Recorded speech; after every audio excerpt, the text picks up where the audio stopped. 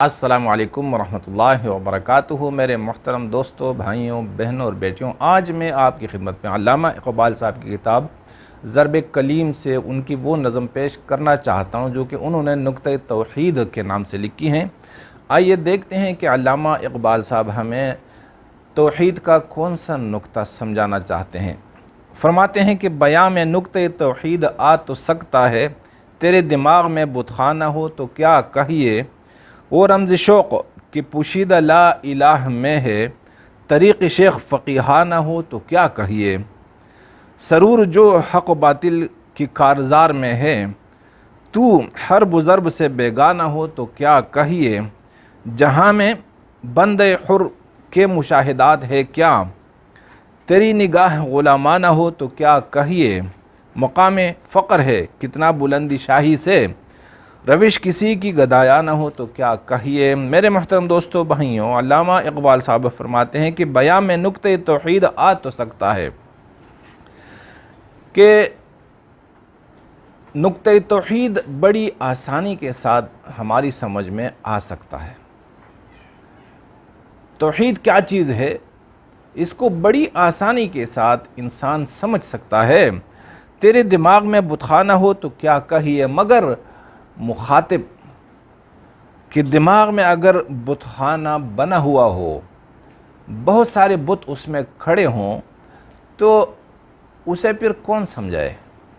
یعنی توحید کے نکتے کو سمجھنے کے لیے ضروری ہے کہ ہم لا الہ یعنی دل کے اندر جو ما سوائے اللہ ہیں ان سب کو باہر نکال لے، تب توحید کا نکتہ ہم سمجھ سکیں گے اور تب توحید کا نور ہمارے دل کے اندر بیٹھ سکتا ہے۔ وہ رمز شوق کی پوشیدہ لا الہ میں ہے، طریق شیخ فقیہانہ ہو تو کیا کہیے۔ اب علامہ اقبال صاحب فرماتے ہیں کہ رمز کہا جاتا ہے اشارے کو، یعنی وہ رمز شوق کی پوشیدہ لا الہ، شوق انسان کے دل کے اندر جو محبت کا شوق ہے، جو اس میں تلاش، اس کے اندر جو تلاش ہے، وہ لا الہ الا اللہ میں پوشیدہ ہے۔ اگر توحید کو سمجھنا ہو تو لا الہ الا اللہ سے بہتر کلمہ کوئی نہیں ہے۔ اسی پر اگر کوئی غور کر لے گا تو بڑی آسانی کے ساتھ توحید کو سمجھ سکے گا۔ اور لا الہ الا اللہ یعنی ہم جو سمجھتے ہیں کہ لا الہ الا اللہ کا ترجمہ یہ ہے کہ نہیں ہے کوئی معبود مگر ایک اللہ ہے۔ میرے محترم دوستو، بھائیوں، الہ معبود کو نہیں کہا جاتا ہے۔ اگر یہ ترجمہ ہے لا الہ الا اللہ کا، تو اس کلمے میں اللہ نے معبود کا نام کیوں نہیں استعمال فرمایا؟ کیونکہ معبود کو بھی عربی میں معبود کہا جاتا ہے، جس چیز کی عبادت کی جاتی ہے عربی میں بھی اس کا نام معبود ہے، اور یہاں پر الہ ہے، معبود کا لفظ استعمال نہیں ہوا ہے، تو الہ معبود کو نہیں کہا جاتا ہے۔ ہم مسلمان یہی سمجھتے ہیں کہ چلیے بھائی، ہم تو پوجا نہیں کرتے بتوں کی، تو ہم ہیں مسلمان، ہم اللہ والے بن گئے، اور جو بتوں کی پوجا کیا کرتے ہیں وہ اللہ والے نہیں ہیں، وہ اللہ کے دشمن ہیں۔ میرے محترم دوستو، بھائیوں، یہ جو الہ ہے یہ محبوب کو کہا جاتا ہے، یعنی میرا کوئی مطلوب نہیں ہے، میرا مطلوب اور مجھے جو مقصود ہے اور مجھے جو مطلوب ہے وہ صرف اللہ ہے۔ اللہ کے علاوہ میں کسی کے ساتھ محبت نہیں کروں گا، اور اللہ کی وحدانیت اور اللہ کی توحید اور اللہ کی محبت کے بغیر، یعنی توحید اسے کہا جاتا ہے کہ ہمارے دل میں صرف اللہ کی محبت ہو۔ اللہ کے غیر کی محبت، مال، ملک اور جاہ اور جلال کی محبت، نفس اور شیطان کی محبت، قوم اور قبیلہ، ان چیزوں کی جو محبت ہے وہ اصل میں شرک ہے۔ ہم نے صرف محبت کرنی ہے ایک اللہ سے، اسی کو کہتے ہیں لا الہ الا اللہ، یعنی انسان اس پر گواہی دے، اس کا اقرار کرے کہ مجھ سے محبت کرنے والے صرف اللہ ہیں، کیونکہ میرے اوپر بحیثیت انسان، میرے اوپر جو احسانات ہیں دنیا اور آخرت کے، وہ صرف اللہ کے ہیں۔ اللہ کے علاوہ کوئی بندہ مجھ پہ احسان نہیں کر سکتا، تو جب سارے احسانات اور ساری نعمتیں اللہ کی طرف سے ہے تو مقصد یہ ہے کہ میں نے بھی وفا اسی کے ساتھ کرنی ہے۔ وہ مجھ سے محبت چاہتے ہیں اور میں نے وفا دینی ہے۔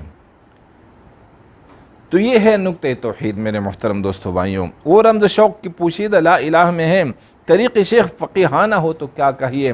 اب میرے محترم دوستو بھائیوں، ہمارے جو مشائخ ہیں، ہمارے علماء حضرات، وہ توحید کو کس طریقے سے لا الہ الا اللہ کا ترجمہ، اس کی تشریح، اس کی تفسیر کیسے کرتے رہتے ہیں، بالکل فقیہانہ انداز میں، جو کسی کی سمجھ میں بھی وہ انداز نہیں آتا۔ یعنی ہمارے جتنے بھی مقررین ہیں، بات ان سے بگڑی ہوئی ہے۔ ہمارے سمجھانے والے جو ممبر پہ بیٹھتے ہیں، انہوں نے اس کام کو مشکل کر دیا۔ حالانکہ علامہ صاحب فرماتے ہیں کہ یہ کوئی مشکل کام نہیں، بڑی آسانی کے ساتھ ہم توحید کو سمجھ سکتے ہیں، لیکن جو اب تک امت نہیں سمجھی، اس میں غلطی مشائخ کی ہیں، علماء کی ہے، کیونکہ وہ سمجھا نہیں سکتے ان کو۔ سرور جو حق باطل کی کارزار میں ہے، تو حرب و ضرب سے بیگانہ ہو تو کیا کہیے۔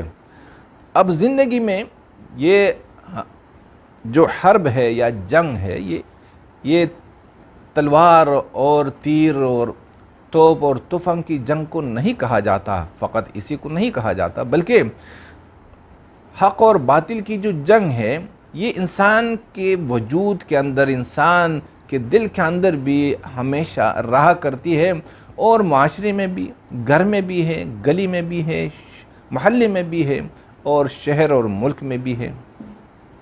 تو اب حق اور باطل، یعنی باطل کو چھوڑ دینا ہے، فَمَن يَكْفُرْ بِالطَّاغُوتِ، اور حق کا ساتھ دینا ہے، وَيُؤْمِن بِاللَّهِ فَقَدِ اسْتَمْسَكَ بِالْعُرْوَةِ الْوُثْقَى لَا انفصام لَهَا وَاللَّهُ سَمِيعٌ عَلِيمٌ۔ جس نے طاغوت، باطل کا انکار کیا اور صرف اللہ سے محبت کی، تو اسی نے ایک ایسی رسی مضبوطی سے باندھ لی جو کبھی نہیں ٹوٹنے والی۔ تو میرے محترم دوستو بھائیوں، علامہ صاحب فرماتے ہیں کہ جو سرور، جو خوشی اور جو سکون اور اطمینان حق اور باطل کے میدان میں ہے، الا بذکر اللہ تطمئن القلوب، اللہ فرماتے ہیں کہ جو سکون ہے، اطمینان ہے، وہ صرف مجھے یاد کرنے میں ہے۔ یاد کرنا کیا ہے؟ بھائیوں کے درمیان اگر کوئی فیصلہ ہے، میں اگر کوئی قاضی بنوں، میرے ہاتھ میں اگر انصاف آ جائے اور مجھ سے کوئی تقاضا کرے کہ میں انصاف تولوں، تو پھر میرا رویہ کیسا ہونا چاہیے؟ میں جو اپنے لیے پسند کرتا ہوں وہ دوسروں کے لیے بھی پسند کروں۔ یعنی میں یہ پسند نہیں کرتا کہ میرا حق کوئی چھپائے، میں یہ پسند نہیں کرتا کہ میری جان، مال اور عزت کو کوئی نقصان پہنچائے، کوئی لوٹے اس کو۔ اسی طرح میں دوسروں کے لیے یہ رسک نہ بنوں کہ میری وجہ سے یا مجھ سے دوسروں کی جان بھی غیر محفوظ ہو، دوسروں کا مال اور دوسروں کی عزت یہ غیر محفوظ ہوں۔ اگر اسی طرح ہے کہ میں تو اپنی جان، مال اور عزت کی حفاظت چاہتا ہوں دوسروں سے، اور دوسروں کی جان، مال اور عزتیں مجھ سے محفوظ نہیں ہیں، تو میں باطل پر ہوں۔ میرے محترم دوستو بھائیوں، یہ انسان کبھی مومن نہیں ہو سکتا۔ اسی لیے سرور جو حق باطل کی کارزار میں ہے، حق اور باطل کی جو جنگ ہے یہ ہر وقت جاری ہے، اور مومن سے، انسان سے اور مسلمان سے یہ انصاف کا تقاضا کر رہی ہے کہ بھائی تو نے حق کا ساتھ دینا ہے۔ لیکن یہاں پر کیا ہے، اقبال صاحب فرماتے ہیں کہ تو حرب و ضرب سے بیگانہ ہو تو کیا کہیے۔ اب اس پہ کیا کہہ سکتے ہیں کہ جب مسلمان وہ حق اور باطل کی جنگ سے بالکل بیگانہ ہو، بالکل نا آشنا ہے، اسے پتہ ہی نہیں کہ یہ حق ہے اور یہ باطل۔ جو حق اور باطل کو نہیں پہچانتا تو حق اور باطل کی بیچ کی جنگ کو کیسے پہچانے گا؟ جہاں میں بندے حر کی مشاہدات ہیں کیا، جہاں میں بندے حر کے مشاہدات ہیں کیا، تیری نگاہ غلامانہ ہو تو کیا کہیے۔ علامہ اقبال صاحب آزادی کی ترغیب دیتے ہیں اور فرماتے ہیں کہ دنیا میں جو آزاد بندہ ہوا کرتا ہے وہ صرف ایک اللہ کا بندہ ہے، جو اللہ کی بندگی کرتا ہے، جو صرف اللہ سے وفا کر رہا ہے، جسے محبت نہیں ہے ماں سوائے اللہ سے، تو اب اس کے مشاہدات وہ کیا ہیں، اس کے جو مشاہدات ہیں وہ کام کی چیز ہیں۔ لیکن تیری نگاہ غلامانہ ہو تو کیا کہیے، اب بندے حر یعنی آزاد مومن، اس کی آنکھیں جو دیکھتی ہیں، پھر وہ جو اپنا مشاہدہ ہمارے سامنے رکھتا ہے، اس کو کیسے ہم سمجھیں گے؟ کیونکہ ہماری جو نگاہیں ہیں یہ تو غلامانہ ہیں، ہماری آنکھوں پر غلامی کے پردے ہیں۔ تو ہم ایک آزاد مومن کی بات کو، اس کی پیشن گوئی کو، اس کے قول کو کیسے سمجھ سکیں گے؟ میرے محترم دوستو بھائیوں، آزادی یعنی آزاد مومن بننا، پہلے یہ جنگ دل کے اندر ہوتی ہے۔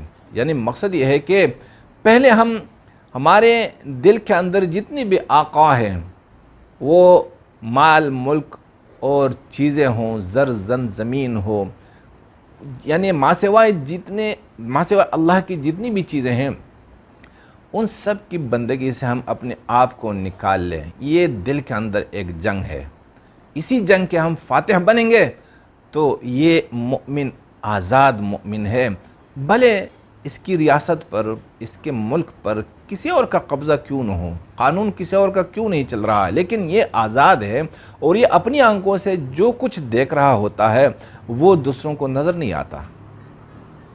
بات اس کی پکی ہے، لیکن سمجھنے والے وہ غلام ہیں، اس لیے وہ دیکھ نہیں پا رہے ہیں۔ مقام فقر ہے کتنا بلند شاہی سے، روش کسی کی گدایا نہ ہو تو کیا کہیے۔ علامہ اقبال صاحب ہمیں ایک بات سمجھانا چاہتے ہیں کہ فقر کا جو مقام ہے، فقر مقصد یہ نہیں کہ ایک بندہ امیر ترین ہے، دوسرا بھیک مانگنے والا ہو۔ ایک بندے کے پاس اسباب یعنی دنیا کے اسباب کی کمی ہے اور اس کی ضرورتیں مشکل سے پوری ہو رہی ہیں، لیکن وہ کسی کا محتاج نہیں ہے، وہ کسی سے طمع اور کسی سے امید نہیں رکھتا، تو یہ مقام فقر ہے۔ یعنی یہ وہ فقیر ہے جسے غنی فقیر کہا جاتا ہے۔ اب یہ فقر کا جو مقام ہے، یعنی غنا، جسے دوسرے لفظوں میں ہم غنا کہہ سکتے ہیں، دل کی غنا کا جو مقام ہے وہ بادشاہت سے بھی بلند ہے۔ روش کسی کی گدایا نہ ہو تو کیا کہیے، لیکن جس کی زندگی اور جس کے طور طریقے یہ گدایا نہ ہوں، بھیک مانگنے والوں کے ہوں، تو وہ بیچارے کیا سمجھیں گے؟ ان کے بارے میں ہم کیا سکتے ہیں، ان کو کیسے سمجھا سکیں گے؟ میرے محترم دوستو بھائیوں، یہ نقطہ توحید علامہ اقبال نے ہمیں یہ سمجھایا۔ اور نقطہ توحید کیا ہے کہ انسان اور مسلمان، انسان تو سارے ہیں لیکن ان انسانوں میں ایک کو کہا جاتا ہے مسلمان یا مومن۔ تو مومن کی صفت کیا ہے؟ مومن جیتا بھی اللہ کے لیے ہے اور مرتا بھی اللہ کے لیے ہے۔ ہم تو جیتے تھے کہ دنیا میں تیرا نام رہے، کیا یہ ممکن ہے کہ ساقی نہ رہے اور جام رہے؟ ہمارا جینا اور مرنا نہیں، صرف ہمارا جینا اور مرنا، ہماری ایک سانس جب اللہ کے لیے ہوں، اللہ کی تلاش میں ہوں، تب جو ہے یہ ہم توحید والے بنیں گے۔ میرے محترم دوستو بھائیوں بہنوں، آپ سمجھ چکے ہوں گے کہ توحید کا نقطہ کیا ہے۔ وہ یہ ہے کہ مسلمان اور انسان جیے بھی اللہ کے لیے اور مرے بھی اللہ کے لیے۔ ہمارا جینا اور مرنا صرف ایک اللہ کے لیے۔ جس طرح علامہ صاحب فرماتے ہیں شکوہ میں کہ ہم تو جیتے تھے کہ دنیا میں تیرا نام رہے، کیا یہ ممکن ہے کہ ساقی نہ رہے جام رہے؟ اور قرآن نے ہمیں اس انداز سے سمجھایا کہ قل ان صلاتی و نسکی و محیایا و مماتی للہ رب العالمین۔ اے میرے بندے اس بات کا اقرار کر دے کہ میری عبادتیں، میری ایک ایک حرکت، ان صلاتی و نسکی، میری قربانیاں، میرا جینا، میرا مرنا، و محیایا و مماتی، اور میرا جینا اور مرنا للہ رب العالمین، صرف اللہ کے لیے ہے۔ میں زر زمین، مال اور ملک کے لیے، جاہ اور جلال کے لیے جیتا نہیں ہوں، بلکہ میں اگر زندہ ہوں اور جینا چاہتا ہوں تو صرف اسی لیے کہ دنیا کے جتنے بھی انسان ہیں اور اللہ کے جتنے بھی بندے ہیں، سب کے دلوں میں اللہ کی محبت بیٹھ جائے۔ میرے محترم دوستو بھائیوں، یہ علامہ اقبال صاحب کی نظم تھی۔ اگر آپ کو اس کی سمجھ آئی ہوگی تو دوسروں تک بھی پہنچا دیجیے گا۔ جزاکم اللہ۔